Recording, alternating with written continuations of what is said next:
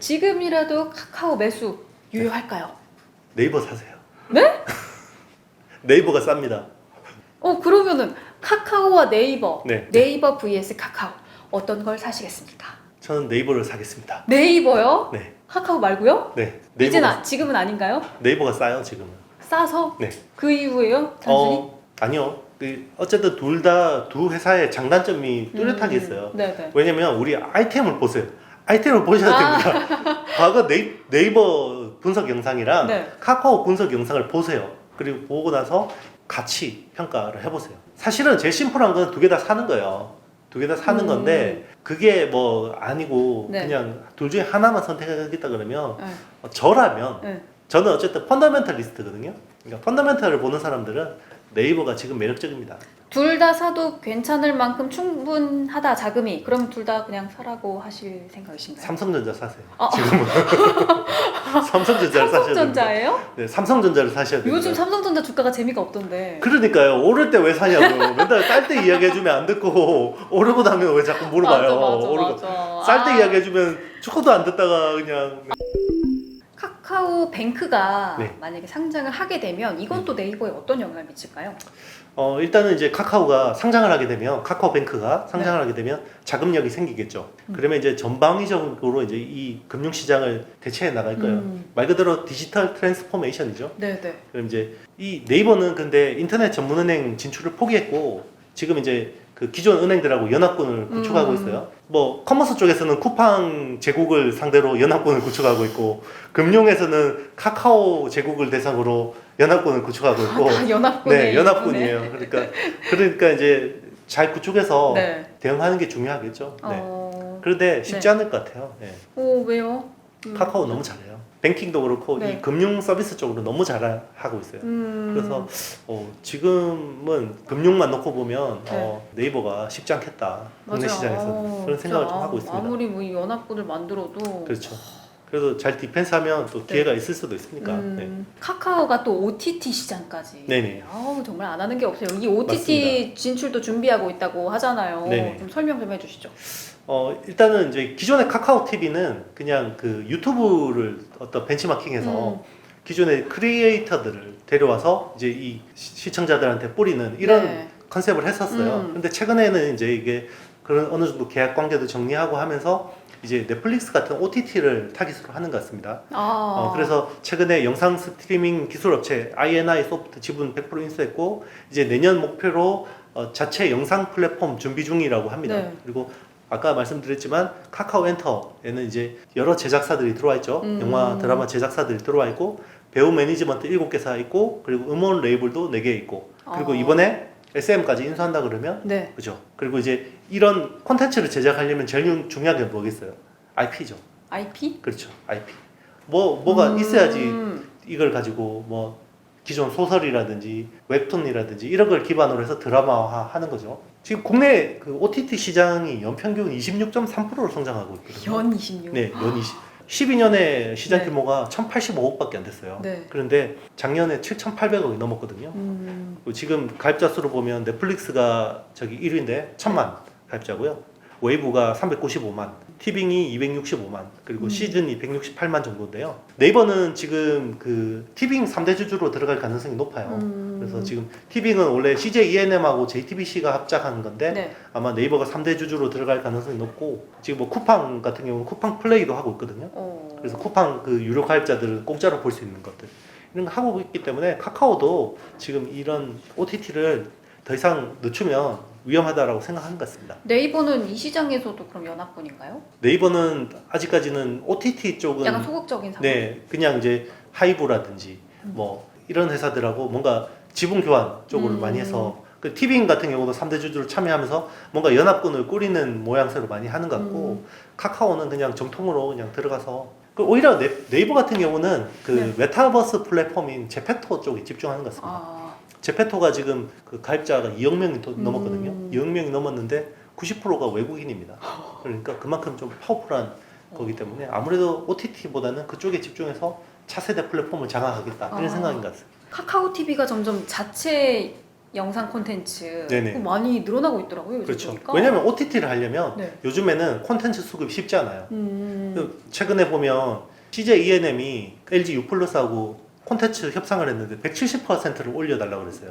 콘텐츠 사용료를. 그러니까 LG U 플러스는 나는 통신사고 갑인데 이게 이랬는데 그래서 CJ ENM이 주말에 훅 빼버렸어요.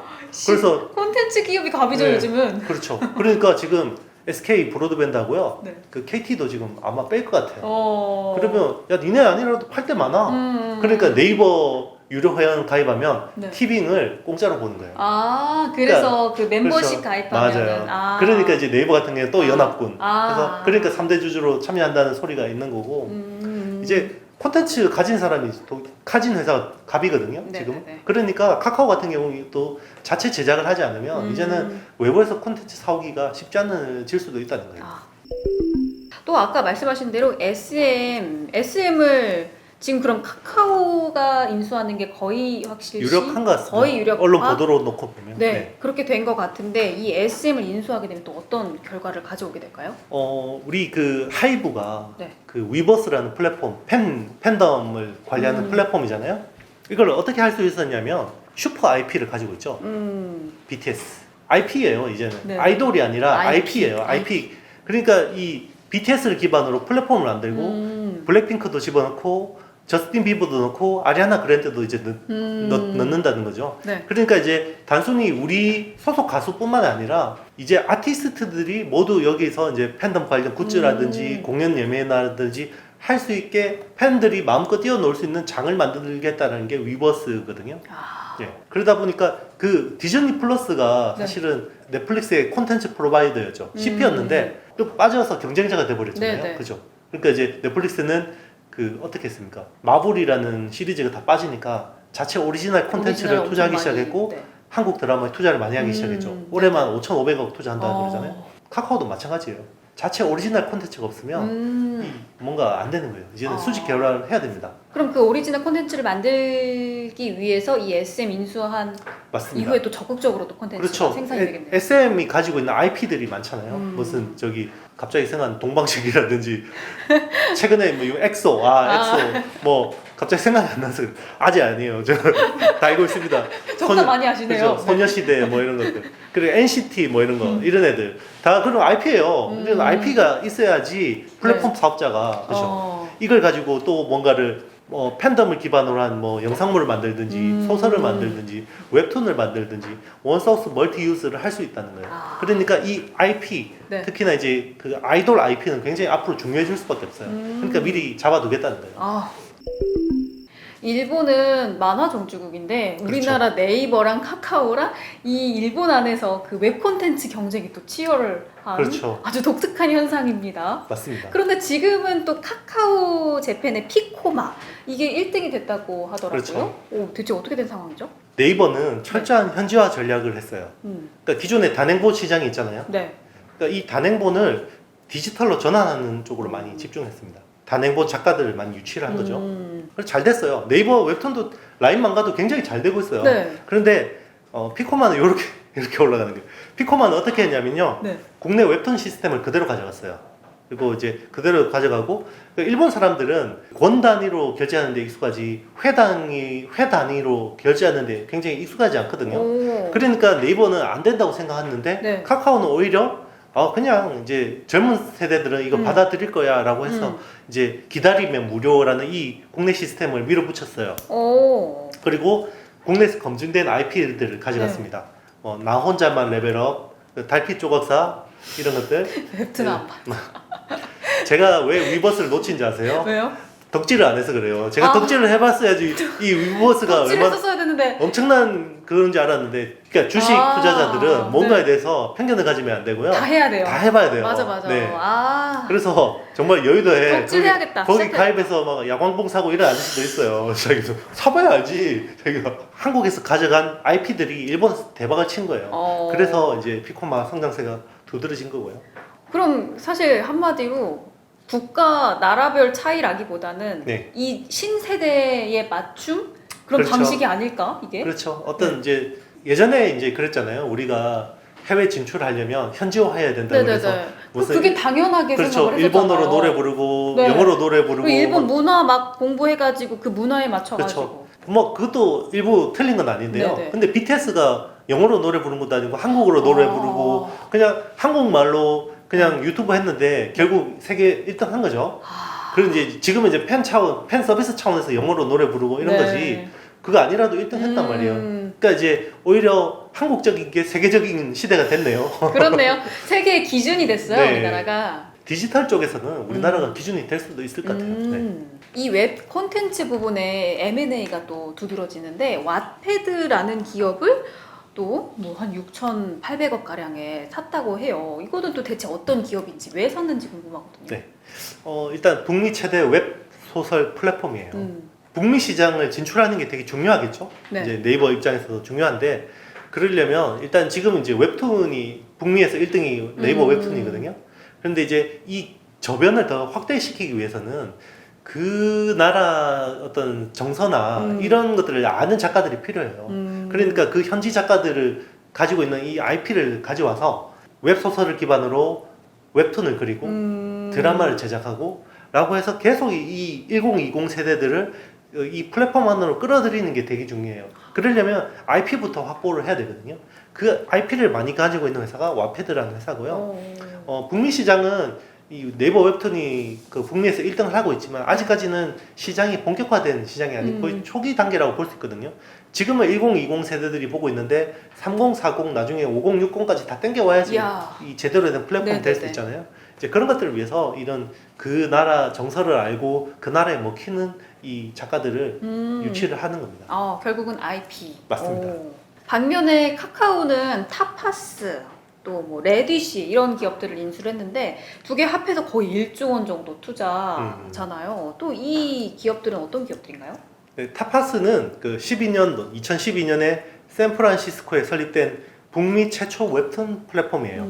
카카오하고 초창기부터 협력을 했어요. 그래서 이제 지난해 11월에 관계사로 편입이 됐고요. 승리호, 뭐 경이로운 소문, 나빌레라 같은 이런 주요 IP들을 타파스에 공급을 하다가 이렇게 이제 한 거고. 그런데 이제 카카오엔터가 한 80여 개 IP를 제공했는데요. 기존에 이 타파스라는 여기 플랫폼 안에 9만 개 이상의 콘텐츠가 있다고 합니다. 그런데 80여 개의 한국 IP가 타파스 매출의 절반을 차지한대요. 매출의 절반이요? 네, 그러니까 타파스 입장에서도 카카오하고 붙는 게 낫다고 생각한 거죠.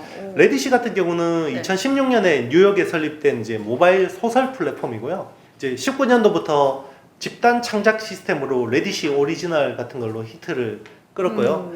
이제 똑같아요. 이제 그 우리 와패드 인수한 것처럼 현지 IP 개발 확보에서 중요한 거고요. 현지 작가 풀 확보하는 게 중요하기 때문에 인수를 한 겁니다.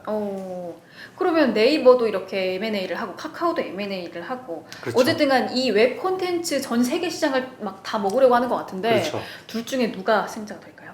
일단 그런 거죠. 아까 말씀드렸잖아요. 플랫폼 비즈니스의 기본은 일단 사람을 많이 끌어모아요. 뭐 그게 어떤 서비스든 중요하지 않아요. 뭐 교통 서비스든 만화든 동영상이든 뭐 어쨌든 사람이 많이 모이면요 거기서 기회가 생기는 건데요. 지금은 일단 북미 쪽에 있는 사람들을 많이 끌어모으는 단계인 거예요.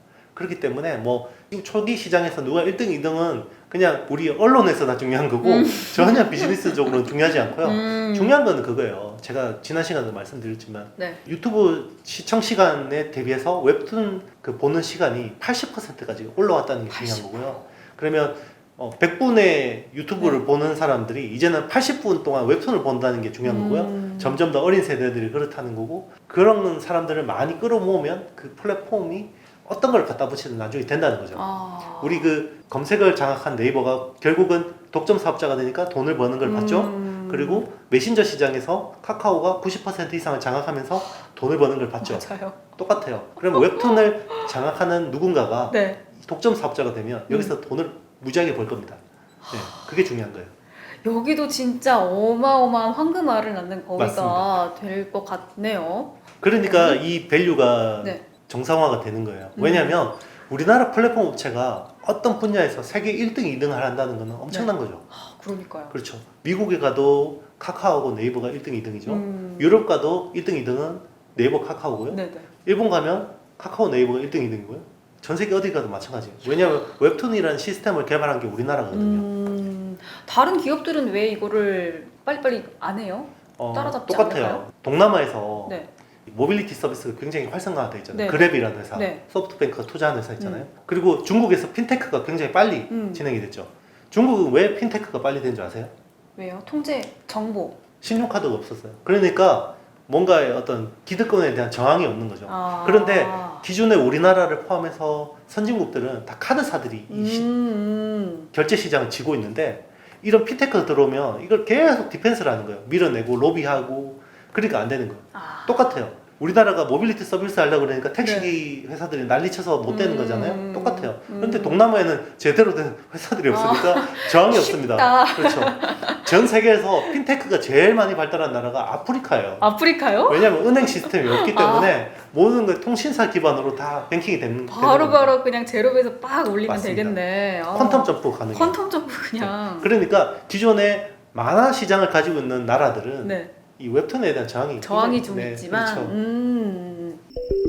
카카오가 또 모빌리티 사업까지 한다니 심지어 항공 서비스도 시작했다고 하더라고요. 이건 네. 또 무슨 얘기인가요, 그치? 일단 그 마스 기억나시나요? 네네네, MAAS. 그렇죠. 모빌리티 에저 서비스. 네. 그렇죠. 끊김이 있으면 안 돼요.